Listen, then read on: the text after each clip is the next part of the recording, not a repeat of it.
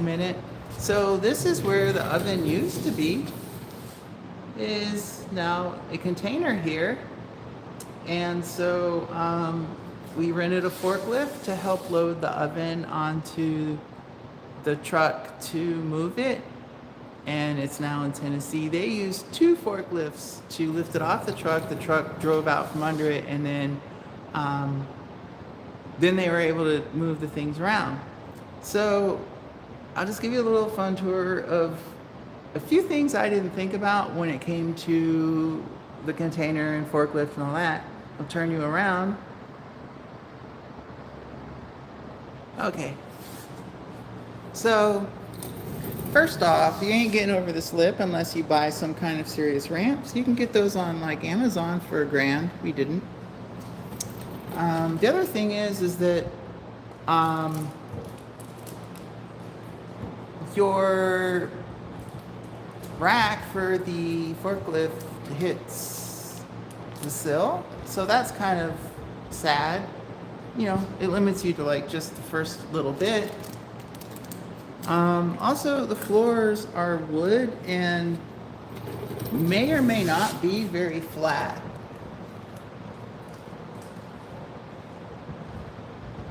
So let's see if I can show.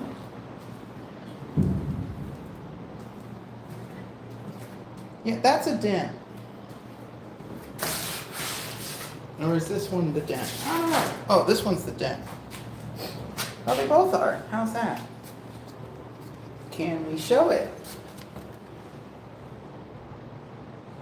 No, it doesn't really show up. But those are enough of a dent that the usual ways of moving the mill were not very easy. So the way you move the mill is that you put the forks of the forklift through here and here. Those like the most reliable way to move this crazy thing.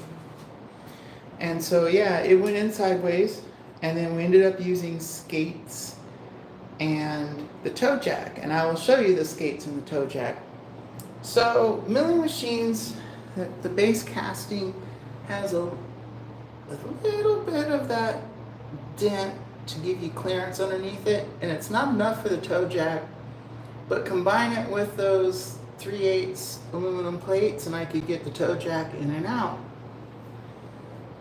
Almost all shipping containers come with these really cool loops, kind of not exactly everywhere, but everywhere enough. So we'll figure out how we're gonna strap this in. Geez, probably just wrap around the head to those 4 on each side, and that'll probably be fine. I forklifted in the mill toolbox, like the mill and the lathe have their own little toolbox. No big deal. Same with my normal toolbox. And then this is almost fun. So these are your typical Chinese mill and lathe. So that's like I think 16th, oh geez, I don't even know the numbers, 1639, 1640. It's a copy of a Bridgeport. And this is the way typical 1236 gear head. Everybody makes it. So this weighs like 800-ish pounds. So it's just heavy enough, it's a pain in the butt. We did get a DRO put on, which sucks because then that puts this bar right here that you can't mess with. So therefore you can't just wrap straps or chain around the middle. And then I came up with the idea of, like I'd always used straps before. I like chain because chain just doesn't give, it does its thing and that's it. So I put some 1.25" structural pipe in there, schedule 40. And so I extended the tailstock out, and it's just bigger than that. And then I clamped it in the jaw. It would have been cool if I had something that was 38 millimeters, because 1.5" doesn't fit, but 38 does. Then I could have gone all the way through the tailstock. It'll be fine. Or that's a headstock, sorry. So yeah, another thing is that you can find this cute little stand dealio. It's intended for a like 200-pound drill press maybe. Well, exactly this way is how I've had this on this stand for about 8 years, and it's been fine. So, oh, the other thing is if you do get the stand for your 800-ish pound lathe, you need the casters that don't swivel under the heavy part, because if you put the casters that do swivel, they just kind of fold and then they're grumpy.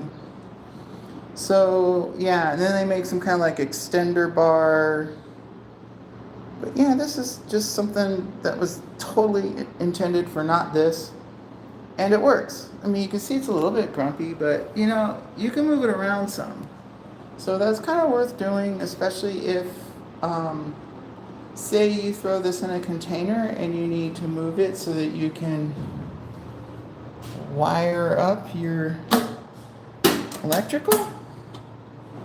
You know, if that's against the wall, then it gets a little inconvenient.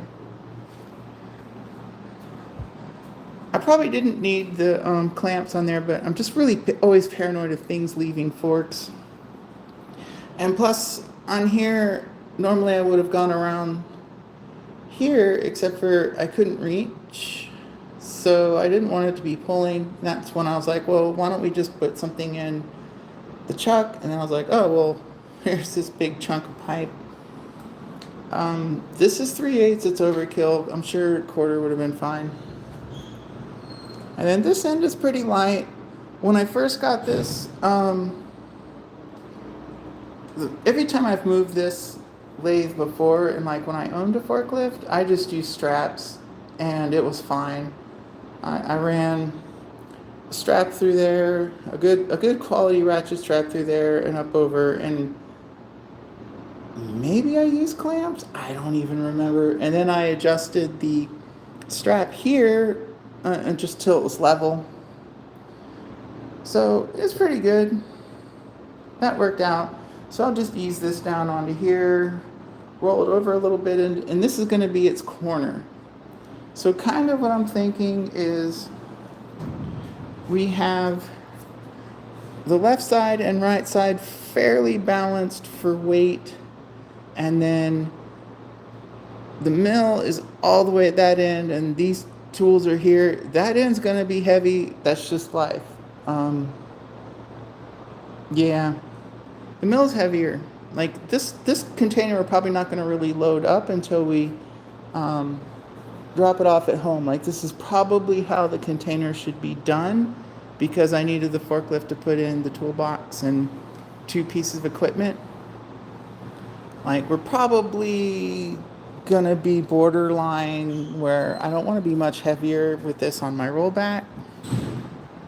Hey, thanks for visiting and saying hi. Yes, it has been crazy here, and so holy crap, we've been moving. Like this whole area used to have just the oven, and now it's a lot empty with just a container. And then we have another container in Billie Jean. So we're going to drop that container on the ground because I need to take the forklift back to its home. And that'll be that.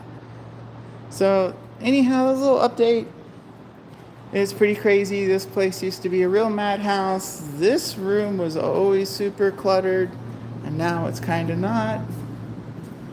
But we still have a lot of my trash to deal with. Yay. Anyhow, y'all have a good one. Flip you around. And there's my wife. Hi. So we'll see y'all. Love you.